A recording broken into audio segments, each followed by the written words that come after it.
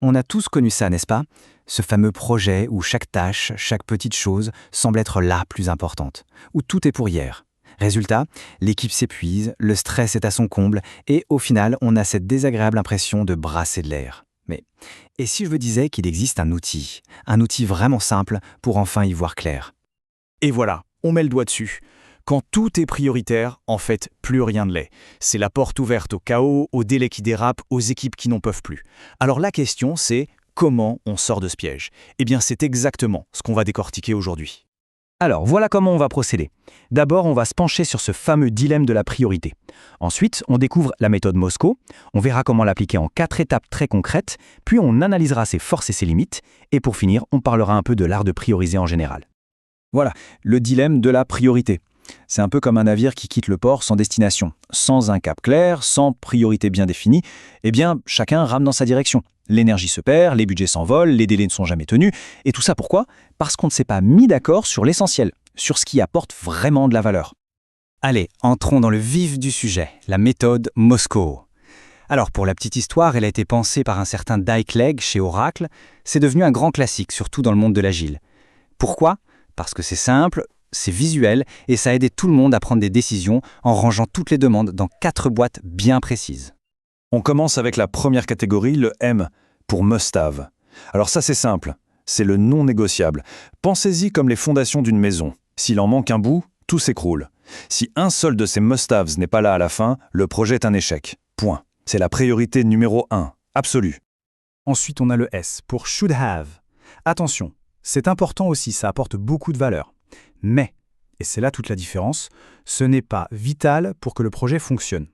C'est ce qu'on devrait faire, ce serait vraiment bien de l'avoir. Mais si on est à court de temps ou de budget, on peut le décaler. C'est là qu'on gagne en souplesse.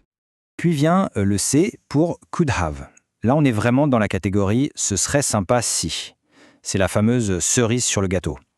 Ça peut améliorer l'expérience, faire plaisir, mais soyons clairs, si ça disparaît, personne ne va crier au scandale. Le projet tiendra parfaitement la route. Ce sont les premiers éléments qui sautent quand le planning se resserre. Et on termine avec le W pour won't have this time. On ne l'aura pas cette fois-ci. Et cette catégorie est hyper importante. Ce n'est pas une poubelle à idées. Au contraire, c'est une façon de dire cette idée est bonne, mais pas pour maintenant. On la met de côté consciemment. Ça permet à tout le monde de rester concentré sur le périmètre actuel et ça évite la frustration de voir de super idées juste s'évaporer. Ah, et ça c'est le piège classique à éviter. Regardez bien. À gauche, un projet équilibré. On a des must, mais aussi de la place pour des should et des could. Il y a de la souplesse. À droite, le projet à risque. Presque tout est classé en must-have. Là, il n'y a plus aucune marge de manœuvre. Le moindre imprévu, et c'est tout le projet qui est en danger. La pression sur l'équipe est maximale. L'équilibre, c'est vraiment la clé. Bon, maintenant qu'on a compris la théorie, passons à la pratique. Concrètement, comment on met ça en place avec une équipe? C'est assez simple, ça se fait en groupe, et ça suit 4 grandes étapes. Voilà le chemin à suivre. D'abord, on forme le bon groupe de travail. Ensuite, on liste absolument tout, sans se censurer. 3e étape, le gros du travail. On priorise tous ensemble. Et enfin, on prend un peu de recul pour valider que tout ça tient la route. Première étape, et c'est peut-être la plus importante, qui inviter à la table. Le succès de tout l'exercice dépend des personnes présentes. Il faut les décideurs, sinon les choix ne serviront à rien. Il faut les experts techniques pour dire ce qui est faisable et, si possible, des utilisateurs finaux pour représenter la réalité du terrain. L'objectif, c'est que tout le monde soit sur la même longueur d'onde. Deuxième étape, on ouvre les vannes. C'est le moment du grand brainstorming. On prend un tableau blanc, des post-it, un outil en ligne, peu importe, et on liste absolument tout ce qui nous passe par la tête. Toutes les fonctionnalités, toutes les tâches, toutes les idées.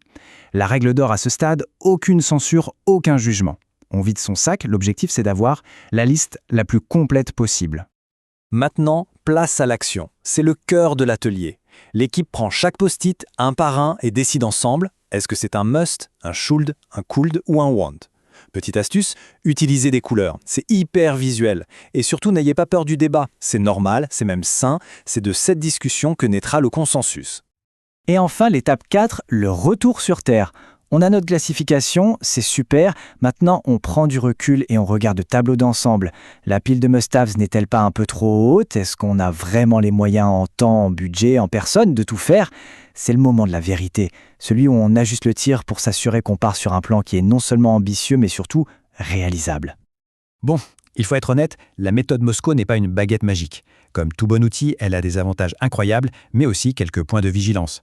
C'est important de les connaître pour bien s'en servir.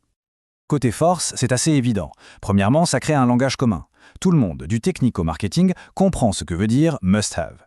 Deuxièmement, ça introduit de la flexibilité. On sait où on peut couper si besoin. Et troisièmement, ça gère les attentes, notamment avec la catégorie want. Bref, c'est un super outil pour que tout le monde regarde dans la même direction. Maintenant, les limites. Oui, la classification peut parfois être subjective. Le must-have d'une personne et le could-have d'une autre. Et il y a aussi, on l'a vu, ce risque de vouloir tout mettre dans must-have. La méthode ne gère pas non plus toute seule les dépendances entre les tâches. Et enfin, il faut se rappeler qu'une priorisation n'est pas figée dans le temps, elle doit vivre. Mais la bonne nouvelle, c'est que pour chaque limite, il y a une solution. Contre la subjectivité, on se met d'accord sur des règles claires avant de commencer. Contre la surcharge de must-haves, on fait le reality check dont on parlait. Les dépendances, on prend le temps de les identifier. Et les priorités qui changent, on prévoit simplement de refaire l'exercice régulièrement. Ce n'est pas un one-shot. Finalement, on se rend compte que Moscow, c'est bien plus qu'une simple technique. C'est une porte d'entrée vers quelque chose de plus grand, l'art de la priorisation. Et ça, c'est une compétence, un état d'esprit qui est absolument fondamental pour la réussite. Parce que la vérité, elle est là. On ne pourra jamais tout faire. Prioriser, ce n'est pas une technique pour faire rentrer plus de choses dans une journée déjà trop courte. Non, c'est l'art de choisir de faire les bonnes choses. C'est apprendre à se concentrer sur ce qui a un réel impact et avoir le courage de dire non, ou du moins pas tout de suite, à tout le reste. Et pour conclure, retenons ceci. Au-delà des post-it colorés et des 4 catégories, le vrai super pouvoir de cette méthode, c'est de créer un consensus. C'est de rassembler des gens avec des métiers et des visions différentes autour d'une seule et même définition de ce qui compte vraiment. Et c'est cet alignement-là qui, au final, fait toute la différence entre un projet qui avance et un projet qui réussit.